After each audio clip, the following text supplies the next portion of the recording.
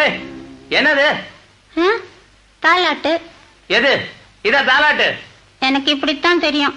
இஷ்டம் இருந்தா கேளு, இல்லன்னா நீயே பாடு. என்ன? சரி சரி, பாடி தொலை. ஆரி